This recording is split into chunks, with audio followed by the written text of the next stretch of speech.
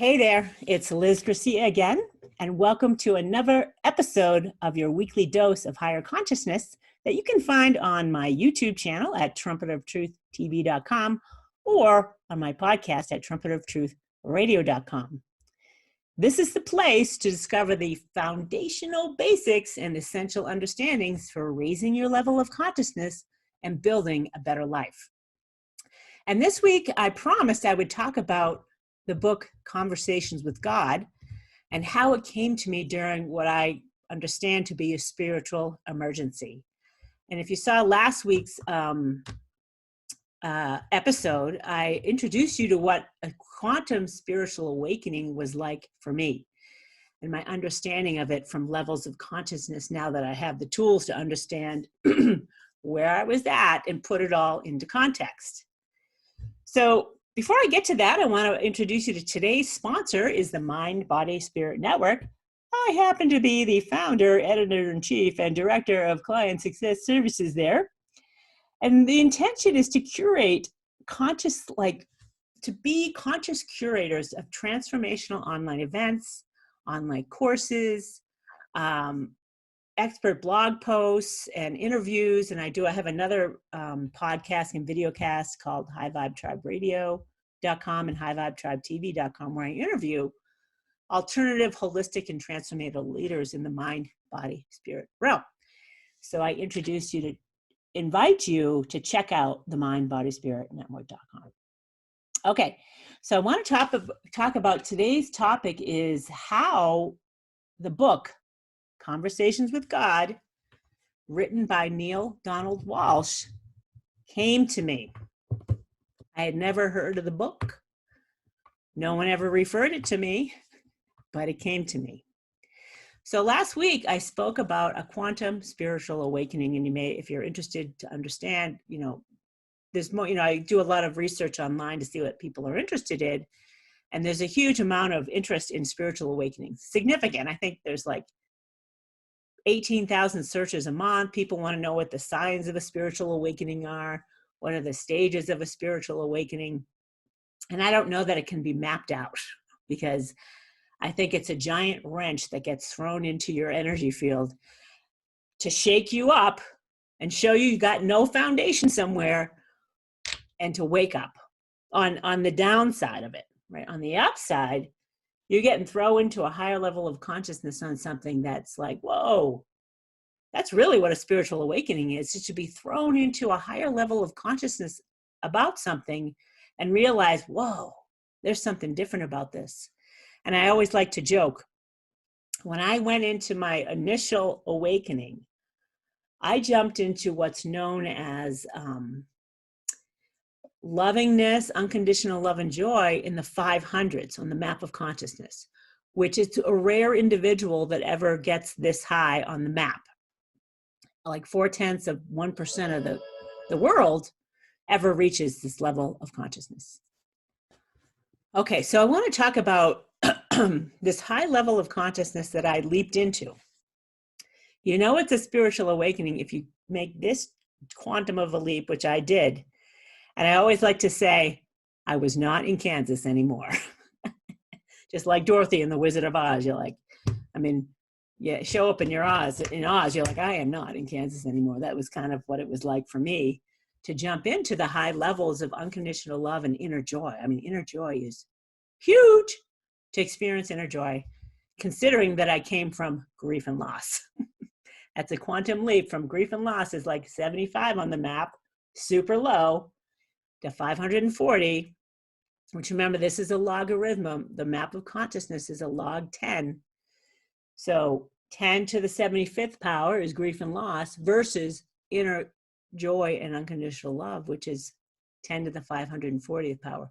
The mind can't even grasp the leap in power and experience and level of truth that is. So this quantum spiritual awakening that I talked about last week, which you may want to go check it out, I think I have some wisdom to share on the topic, led to something horrific for me. And I came to understand way down the line after I'd gone through all of this, that it's what would be called a quantum a spiritual emergency. And in my case, it was quantum in nature as well. And what's going on in the spirit, in my case, was that I had these giant swings in consciousness. So I'm way high in the 500s. Some of the experiences, I'm not quite sure the calibration of them, but 500 to 600, they're mystical in nature for sure.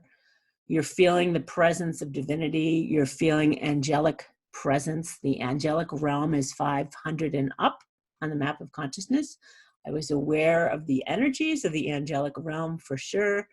The presence of God totally in everything, because the experience is like, talk about present living. I talk about synchronicity. Synchronicities are coming so quickly at this level that, you know, what feels, I remember this incident, that what felt like a deja vu. So I feel this deja vu, and at the same time, it's playing itself out. And I was in a restaurant. It's a great story. I was in a restaurant sitting at a bar. And as I'm sitting at the bar, I'm looking at the doorway to the restaurant with people coming in. And I feel this deja vu. And the deja vu is that this person's going to come in, and it happened at the same time. So I get the energy that feels like a deja vu, but the actual deja vu is coming into life in front of me. I absolutely, like, goosebumps, chills ran down my spine, goosebumps were, you know, like, holy crap. I can't believe that I knew this was going to happen. It was like more than a premonition. It was beyond a premonition, but it was a premonition, all happening at once. So anyway, I digress a little, but when you get into these higher realms and you're not ready for it, like I did not have the foundational basics, this is what I'm talking about, of understanding consciousness and where I was at. I knew I was in higher realms. I also was fearful about it, because I was like, what the hell's going on here? Holy crap. You know, I was not in Kansas anymore. I didn't know how to deal with it. And when you get into really high levels of consciousness, and I've been in the presence of what feels like 850, what's been described as 850. I'm not saying I was at that level, but I was present, experiencing it, is holy crow, amazing grace, which you have to experience it. I can't describe it. Dr. Hawkins will tell you the same thing. It's an ineffable experience beyond description. You just have to experience, like heaven on earth is what it is. The energies beyond, it's even beyond that. It's like hard to describe. So anyway, however, when you're up in these high levels in fear, it creates this pendulum, because there's so much power up here that it swings in the other direction. The power up here swings you into confrontation with something to be fearful about, let me tell you. And what I was experiencing, it kept getting more intense. It gets super, super high, and then a confrontation with something to be afraid of, which is extreme darkness, horrific energies, non-physical energies that could only be described as horrific darkness. I don't even know if I'd use the word evil or give it a name like that, but it's just the intensity of that energy in my presence is horrific. You think it's going to kill you or drive you mad, one or the other. And some of those got so intense that if I had a gun nearby, I would have ended my life, because it's too much. It's beyond human consciousness. The mental capacity of a human to be in that presence is horrendous. So this is what my spiritual emergency looked like. And I ended up, it got so intense, like every night this would come on. Like I could go about my day for the most part, but then this intensity would happen at night while I'm awake, watching TV or whatever. I feel the high presence of the presence of God, whatever, inner joy, God intoxicated ecstasy for sure. And then the swing would come where I'd actually have to cover my heart and put up my hand like Wonder Woman, like this. to be in the presence of this darkness. I had to do what I had to do whatever I could do. It felt like what I had to do was this. So it created a spiritual emergency and a nervous breakdown because the energies, the intensity of both ends is huge. And Dr. Hawkins talks about the super high end, like you're getting up into enlightenment. The realm of enlightenment is 600 and above, 600 to 1,000, which is huge and quantum in nature. There's very few people on the planet that ever, like at last count, it was like 12 people. But they come and go. People, you know, when you get into the 600s, you don't care about the body or life anymore because you're in La La Land. You're in this totally different experience. And I could have been in La La Land for eternity in some of these levels of consciousness. It's like, you don't need to go anywhere. This is it. Like 850 was amazing grace. Like I could be in God intoxicated ecstasy and beauty and divine whatever forever in that level and not have to do a thing. So the energies, having to deal with these high energies and then to be swung into the confrontations with these horrific energies, like does a number on your nervous system for sure. And I think it's fair to say it like blew out my first chakra based on healers I went to see after that. They're like, you got no first chakra. I'm like, holy crap. And in fact, someone described it as like a black hole, my first chakra, that anything I tried to manifest, I would get the opposite of it, which wasn't helpful. But, you know, blowing out the root chakra is because you don't feel safe in this world at all. And to be in this, having these confrontations, like were so horrific. I did not feel safe whatsoever. I mean, death would have been preferable than to experience this. So I ended up, I was on Nantucket. This is a great story. I was on Nantucket that summer that I had the quantum spiritual awakening. And I decided to stay on Nantucket through the fall and help my friend who had stores there. She had 3 stores, and typically there's something on Nantucket. It's a, why can't I think of it? It's the Christmas weekend walk. It's the, shoot, I spent 20 years on Nantucket. I can't remember what it's called now. Anyway, they have a holiday celebration before Christmas where all the merchants are opened up. They decorate the town with Christmas trees, and they have all these celebrations for one weekend only. So it's a great weekend for seasonal retailers and restaurateurs to have their last hurrah, like clean out the fridge, get rid of all your inventory, sell everything. And it's a super busy weekend. So I was helping my friend Joyce. She had 2 stores open at the time, and she needed me to operate one of them. Unfortunately, these swings happened while I was trying to run the store. And my experience is that every person that came up to me had like, it was like soul recognition. There was this level of awareness at another level, like the soul realizes, I see you, like I recognize you. I am inspirited at, like I recognize the essence or spirit of people that were coming to the store, which was beautiful. But at the same time, I can't function when I'm in God intoxicated love and beauty for everyone that's walking up to the counter. But then the swing started to happen while I'm trying to run the store. And they were so intense and frightening. I had to close the store and run down to my friend's other store and say, Joyce, I cannot operate, and this is getting scary. So this particular weekend, Christmas stroll, that's what it's called on Nantucket, Christmas stroll weekend. Super fun time to go to Nantucket if you like Christmas. Anyway, it was stroll weekend. It happened to be turning into a blizzard, crappy weather. And we're 30 miles at sea, by the way.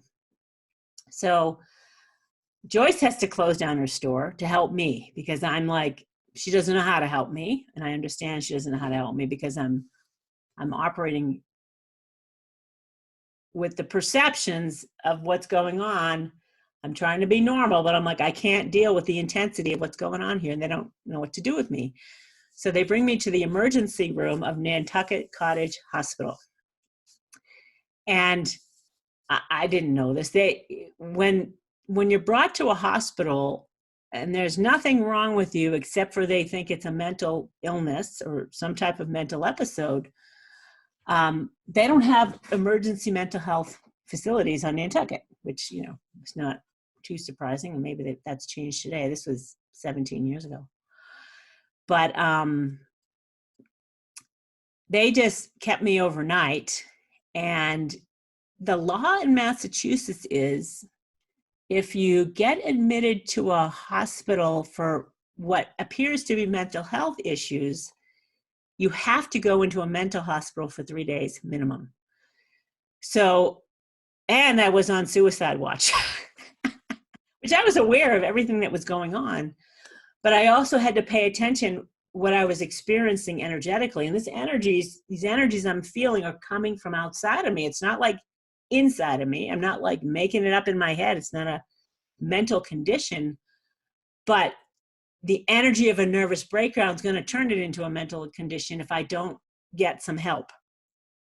So I'm not going to tell this whole story, though. It's pretty awesome. The whole point of this was to talk about conversations with God.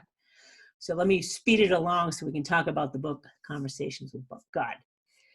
Needless to say, the confrontations with both these extreme energies, they're quantum in nature, both of them. The dark side and the light side are beyond normal experience and beyond this world, for sure. They created the conditions for a nervous breakdown. I couldn't manage my energies anymore. They were like shocked. I was shocked to hell, to say the least. Like that, the confrontation with the darkness just fries my energy, drains me of all my heat out of my body. It's horrific. So I have to go to a mental health institution, which is scaring the bejesus out of me because I'm already in a fragile state. So it's actually funny that they had to fly me off of Nantucket, strapped to a gurney, to send me to a mental health institute for 3 days, which turned out to be incredible blessing and amazing grace what was going on there. But we're not going to talk about that today. So we're going to skip ahead. After 3 days, my parents are like, my daughter does not belong in a mental health institute. And all the inmates there are saying the same thing. They're all saying to me, Liz, what are you doing here? You don't belong here. I'm like, I know, but it's okay. I understand why I'm here and blah, blah, blah. And I was still experiencing the swings, even in the mental institution. But they typically, interacting with others and caring for others, which is what I naturally want to do, helped me kind of restore some sense of balance. Not much, but some. So I went home with my parents after 3 days in the hospital. And I was having panic attacks. And I was having like all of the intensity of everything I've been through is just kind of, I'm finally like feeling it all. It's like, holy, I was having panic attacks, which I've never had in my life. Super intense ones. And as I was going through this, for the first week was pretty trying, really trying, because everything going through my head, like, oh my God, I was in a mental institute. I caused wreaked havoc on Nantucket for Joyce. She had to close down her businesses. She couldn't operate for the weekend. She didn't have help, blah, blah, blah, all this stuff. So I'm at my parents' house in Connecticut, and they're wanting to help me. And I know they're wanting to help me, but I'm like, I know you want to help me, but I know you can't help me. I've got to figure this out myself. You know, I was determined to I wanted help. I mean, I went through a couple of therapists and psychiatrists, and they're all like, Liz, you're not the model for bipolar or schizophrenia or anything like that. I'm like, I know, but I just went through I'm trying to appease everybody. It's like, this is not going to help me. Well, you know, I appreciate the help, but this is a different topic, a spiritual emergency. This is a spiritual thing, not a mental thing. It's dealing with different realms. So for a few days, I was like having panic attacks, and my parents couldn't help me. I'm like, I just have to deal with it. I said, I got to deal with it myself. I got to figure it out myself to an extent. And then what came to me? And at this time, last week I spoke about when you have spiritual awakenings, you awaken other senses. So there's clairvoyance, the ability to see. I'll get a message with my eyes closed, I can see. And now I can have my eyes open and stuff comes across my field, which is super interesting to observe. I've had messages while I'm driving like that I don't get, but it's just interesting that I can see whether my eyes are open or closed. Typically they're closed. I get messages. I can hear messages, which I didn't want to hear messages anymore because I heard them loud and clear, and it was unnerving. So I didn't necessarily want to hear anymore. And then other ways of getting messages is to feel the message or to know. And the book Conversations with God came to me in a feeling way. I didn't hear it. I didn't see it. I felt the title, which is weird, super fascinating, and an incredible gift, I have to say, to feel something, because the mind is not in the way at all. There's no kind of perception or opinions or anything. It's just a matter of fact. Conversations with God. I felt it. I'm like, oh, what the hell is that all about? Conversation with God. So I went to the bookstore, like Barnes & Noble or something. I went to a Barnes & Noble. And I said to one of the clerks, I'm like, do you have a book called Conversations with God? They're like, oh yeah, let me show you.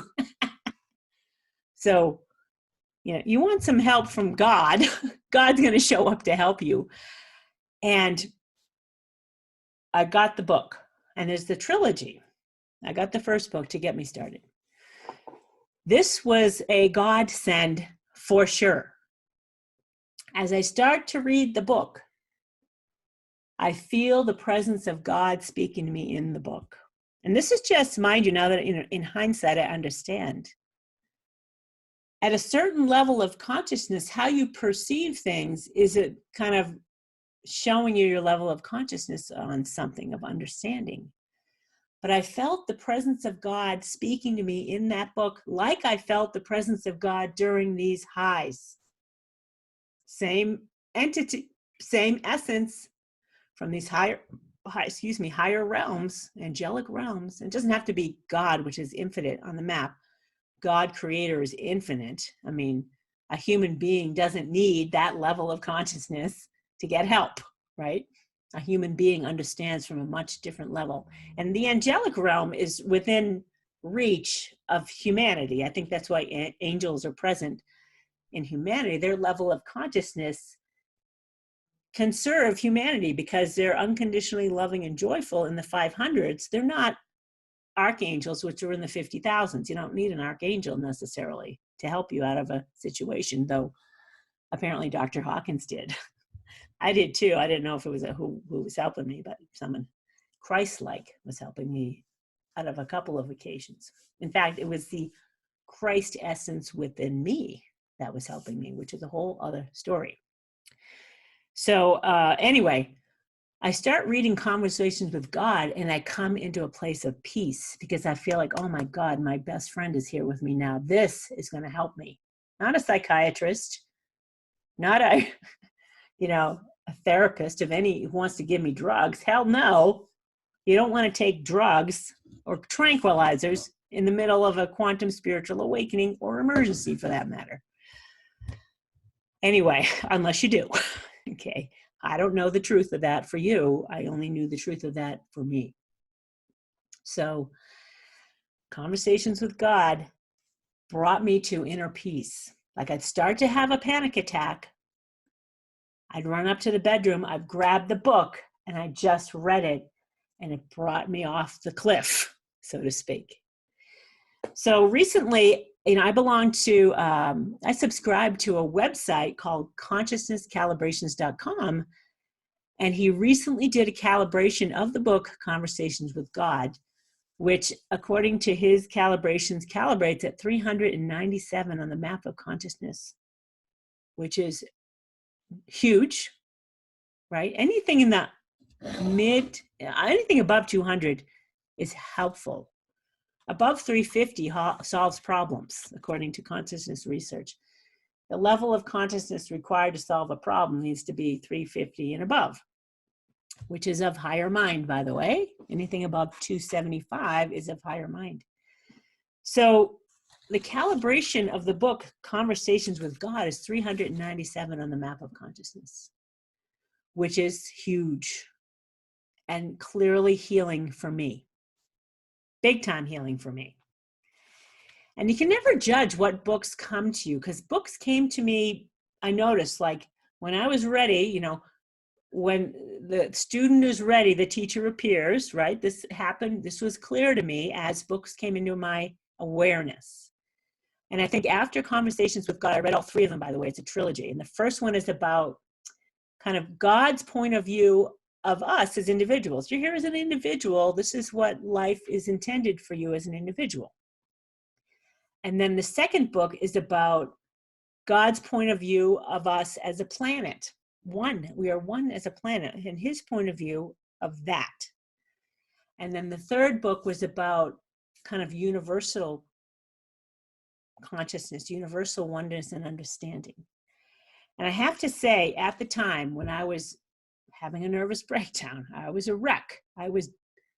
There's not an understatement to say I was annihilated by this event. And more to come. I didn't know there was going to be more to come. But this in particularly annihilated me energetically, mentally, emotionally, spiritually, like the whole ball of wax. I was annihilated. So the Power of Now, Eckhart Tolle's books came to me like soon after that. I didn't really jive with the Power of Now. I really connected with his second one better. But importantly, the teachings of Dr. Hawkins, which is of super high, all of Hawkins' books calibrate 600 and above. Most of them are their 800s and 900s.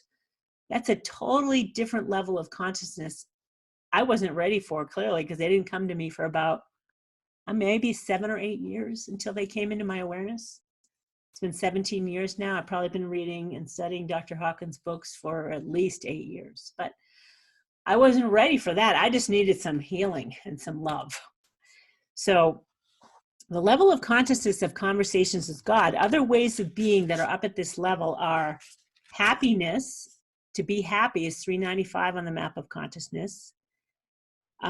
Playful is 375 on the map of consciousness. Wisdom is 385. So all of these things, happiness, playfulness, and wisdom, are in Conversations with God for sure. And those are all, and the level of truth is pretty high of what God is saying in this book, as Neal Donald Walsh is transcribing what he's getting from consciousness about this topic. And what's super interesting is my kind of personal goal, now that I understand the map of consciousness and I put it all into context, and how I have been as a human being most of my life, is like I love Christmas. And I love being Santa Claus. And, you know, many people, my dad will call me, you're Santa Claus, Liz, because I love to give and I love to create experiences that are fun and lively, and I cook, and I love wrapping gifts and really being intentional about picking out perfect gifts for people. So it's kind of like my life, my whole life has been kind of that. I love being Santa Claus. So there's a calibration for the concept of the level of Santa Claus, not Santa Claus himself, but the concept of Santa Claus calibrates at 390 on the map of consciousness. And I find that super interesting that Conversations with God, I got the calibration on it, is operating. There are quantum leaps between each other at this realm. It's still quantum, but the energies of all of it are a nice blend of who I would choose to be in this lifetime. If, you know, I'm operating from lower consciousness, this is the concept of Santa Claus is a great level of consciousness to want to align to, because you have wisdom now. You're basically happy. You're loving and giving and playful. You got a good sense of humor. All of these energies are where I would choose to be. Though I tell God or life, I'm willing to step into courage on the level of consciousness of inner joy now, because I have a much firmer foundation than when I did 17 years ago. And inner joy, to have a firm foundation under you while experiencing inner joy, would be super interesting to me to experience, because I do observe shifts in my own consciousness and what's going on. Really interesting. So one last thing about conversations with God that I found interesting at the time. I was, again, devastated, annihilated, and was having a nervous breakdown. So understand that first. But I read book 1, I read book 2, which is about planetary stuff, what's going on in the earth, and I read about universal stuff, like what's going on in the cosmos, in creation, right? Number 2, at the time, I had an aversion to it.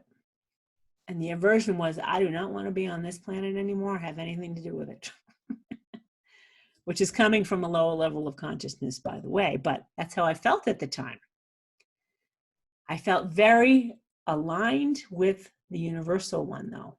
That felt like home to me, which is interesting. that felt like higher truth. And I guess when you get up into these realms, you just want to be aligned with truth and safety. Like you're not going to be attacked by, incredible darkness.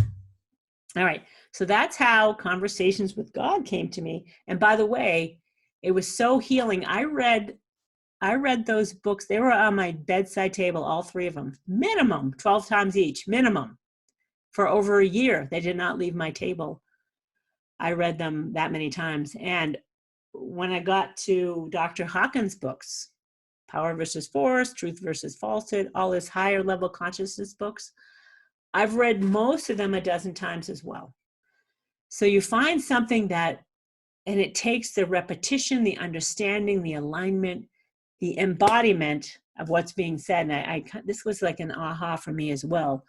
To understand something is one thing, which is what many of you may be doing right now. You're just getting an understanding. To embody it is a different thing, because you feel it. You feel the significant shift in the energy of embodiment, which is a beautiful thing when you start getting into higher levels of consciousness. All right, that's it for today's topic. And what came to me for next week is I want to talk about truth. What is truth? And Dr. Hawkins puts it beautifully. And you may be able to Google Dr. Hawkins on truth, but I'm going to kind of listen back to what he said and read what he said about truth, because he's incredibly intelligent, brilliant, genius level at understanding levels of consciousness. That's for sure. And how he describes truth is super meaningful and beautifully put. And just so you know, based on consciousness research, only 2% of the world cares about the truth, which is perfect and understandable, because we're a very primitive planet evolving in our own good time. Okay, I will see you next week. And I forgot if I introduced this week's weekly dose of higher consciousness quiz, which I should have introduced at the beginning of this. So I'm going to introduce it to you now. It's a good one. It's about our presidential candidates. I care about our world, and I care about our country. And when you understand levels of consciousness, it's significant when deciding who's going to be the next president of the United States. So this week's dose of highly consciousness quiz is, who is of highest consciousness? Is it Joe Biden? Is it Bernie Sanders? And he's already dropped out of the race, but I think it's good to put this into context so you understand levels of consciousness. Put everyone into context so you can see what you're dealing with at the level of truth, what's true. And even though Hillary Clinton's not running, I'm putting her in here in this list, again, because I want to put things into context. And of course, we're going to include President Trump right now. So this week's your weekly dose of higher consciousness quiz is who is of highest consciousness. And this is not an attempt to judge or politicize or anybody. My intention is to love and honor everyone that steps into courage to run for president. First of all, that's huge. Okay? There's valor and love of country when you do this. So, I don't want to break it up about it, but I love our country. And I want someone who is of the highest consciousness to run it. I'm going to stop crying now. So head on over to the video about this week's topic because it's a good one. See you then. And if you're enjoying what's going on here, check into your weekly dose of higher consciousness at you can subscribe at the video on YouTube at trumpetoftruth.tv.com or on the podcast at trumpetoftruthradio.com. And I appreciate your comments below any of these things, or send me an email to liz@trumpetoftruth.com. I would love to address any topics you want me to talk about. It's fun for me. See you then.